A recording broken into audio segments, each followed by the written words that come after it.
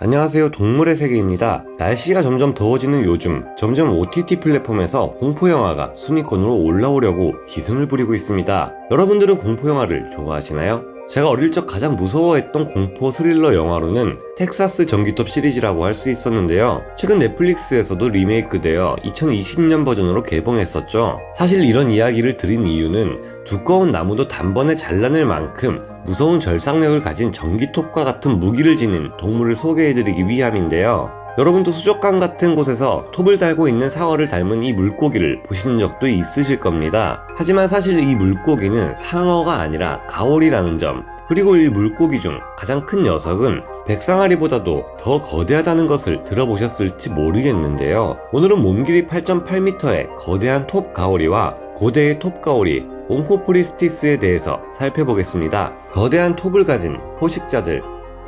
톱 가오리라는 이름은 마치 톱과도 같은 주둥이를 가지고 있어서 붙여진 이름으로 톱 가오리과에 속하는 어류들에 대한 총칭입니다. 이들의 영어 이름도 마찬가지로 톱을 가진 물고기라는 뜻의 서우피쉬 학명은 크리스티데 보나파르트로 1838년에 지어졌는데요. 한눈에 보아도 일반적인 가오리와는 전혀 다르게 생겼고 많은 사람들이 상어로 착각할 만한 외모를 가졌습니다. 우리가 흔히 동물의 왕국 같은 다큐멘터리에서 보는 것과 달리 이들은 엄청나게 크게 자랄 수 있다고 하는데요. 가장 작은 것은 드워프 소우피쉬로 1.4m 정도이지만 대형 어종에 속하는 녀석들의 경우 성어의 길이가 7m, 무게가 2톤이 넘는 것도 있다고 합니다. 각 종들은 3대양에 걸쳐 살아가고 있으며 종마다 크기가 천차만별이지만 이들의 최대 크기는 무려 8.8m에 이를 수 있는 것으로 학계에서는 보고 있습니다. 이 정도면 무게가 아닌 몸 길이만으로는 현재 지구상 가장 거대한 포식 어류라는 백상아리를 확실히 능가한다고 볼 수 있습니다. 큰 톱가오리들에 대한 자료는 생각보다 어렵지 않게 구할 수 있는데 1975년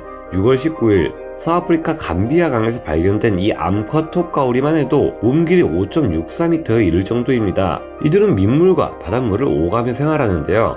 어린 톱가오리의 경우 얕은 바다에서 발견되며 다 자란 성체는 그보다 깊은 바다에서 주로 발견된다고 합니다. 이들은 보기보다 평온한 성격을 가지고 있어 먼저 위협을 가하거나 건드리지 않으면 사람을 공격하지 않는다고 합니다.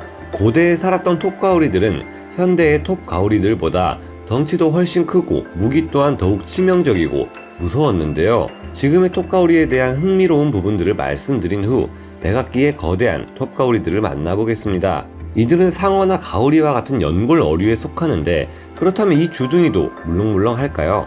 그렇지 않습니다. 이들의 주둥이는 연골 어류라는 사실을 무색하게 만져보면 상당한 튼튼함을 자랑합니다. 손잡이를 만들어 붙인다면 정말 칼싸움에 쓰일 수 있을 것만큼 튼튼하다고 하죠. 이들의 주둥이는 마치 톱처럼 뿔과 같은 날카로운 가시들이 붙어 있는데 이것들은 모두 이빨이 변형되어 만들어진 것이라고 합니다. 이들은 톱상어와는 달리 주둥이로 먹잇감을 빠르고 세게 후려쳐 큰 타격을 입힙니다. 이들의 사냥 장면을 보면 어렵지 않게 토막나는 작은 물고기들을 볼 수 있는데요. 청새치나 황새치 같은 물고기들처럼 이렇게 먹잇감을 무력화시킨 뒤 천천히 식사를 즐기는 것으로 보입니다. 아니면 주둥이로 모래 바닥을 파서 그 안에 숨어있던 물고기나 감각류를 꺼내 잡아먹는데요. 밑에서 보면 콧구멍이 마치 눈처럼 보여 한창 처음 어른이 됐을 때 코가 삐뚤어지게 음주가무를 즐기다 아침에 일어난 제 모습을 보는 것 같습니다. 이들의 날카롭고 튼튼한 부리는 종종 포식자인 대형 상어들을 비롯한 적으로부터 몸을 보호하는 호신용 무기로 쓰이기도 하는데요. 이들 또한 야행성 포식동물로 낮에는 조용히 있다가 밤에 주로 먹이 사냥을 합니다. 외모뿐만이 아니라 이들은 많은 부분에서 상어를 닮아 있는데요. 우선 미세한 비늘로 덮인 거친 가죽을 가지고 있다는 점이 그렇습니다. 불에가 없는 대신 큰 크기의 간을 가지고 있다는 점도 상어와의 공통점인데요. 이들의 간은 밀도가 작은 기름으로 채워져 있어 불에 대신 부력을 유지한다는 점 또한 그렇습니다. 게다가 상어의 로렌치니 팽대부처럼 톱가오리의 주둥이에는 먹잇감이 움직이며 발생하는 전기를 감지할 수 있는 기관이 있습니다. 그렇다고 해서 톱가오리가 상어는 아니고 톱상어라는 물고기가 따로 있는데요. 톱가오리와 유사한 톱 같은 주둥이를 가지고 있지만 이들은 이것으로 모래바닥을 헤집고 다니다가 먹잇감을 발견하면 후려쳐 기절시키는 용도로 사용하는데요. 톱가오리처럼 먹잇감을 썰어버릴 정도는 아니고 톱이라기보다는 몽둥이에 가깝다고 합니다. 아가미의 위치 또한 다릅니다.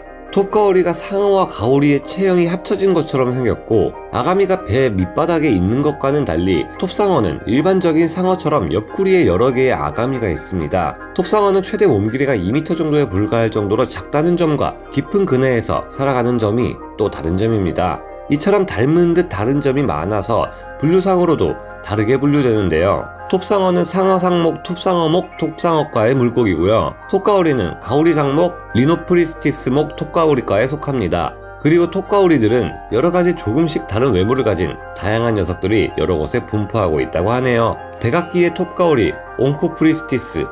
가장 큰 톱가오리 중 하나로 중생 때 백악기에 살았던 옹코프리스티스를 들 수 있는데요. 이들은 지금의 어류들로서는 보기 힘든 덩치인 8m나 되는 몸 길이를 가지고 있었으며 톱처럼 생긴 주둥이의 길이만도 2m가 넘어갈 정도였는데요. 이들의 가장 독특한 점은 이빨의 형태가 현재의 톱가오리와는 다르다는 것입니다. 주둥이의 가장자리를 따라 늘어서 있는 이빨들에는 마치 갈고리처럼 생긴 미늘이 있어 먹이감에게 더 큰 타격을 줄 수 있었을 것으로 보입니다. 이런 미늘은 현재의 톱가오리들에게서는 볼 수 없지만 고대의 톱가오리들에게만 있던 특징인데요. 옹코프리스티스 덩클레이 종의 경우는 이런 미늘이 2개에서 최대 5개까지 달린 경우도 있었다고 합니다. 이들의 화석은 미국의 텍사스주와 미네소타주, 프랑스와 뉴질랜드 등 넓은 범위에 퍼져 살았던 것으로 추정되고 있습니다.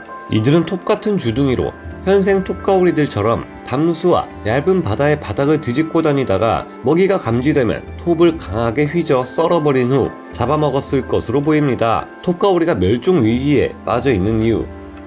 톱가오리는 정말 독특한 외모를 가지고 있는 살아있는 화석이나 다름없는 희귀한 동물이지만 안타깝게도 심각한 멸종 위기에 처해 있습니다. 이들의 여러가지 생태적 여건이 이들의 생존을 더욱 어렵게 만들고 있어 안타까운데요. 이들은 다 자랄 때까지 10년에서 12년의 적지 않은 기간이 걸리는 데다 톱 모양의 부리, 간, 지느러미까지 얻기 위해 상업적인 포획으로 인해 위기에 빠져 있습니다. 현재는 이들의 대부분이 미국과 오스트레일리아에서 보호종으로 지정되어 포획이 금지되었지만 여전히 이들은 많은 수가 어이없게 죽어나가고 있습니다.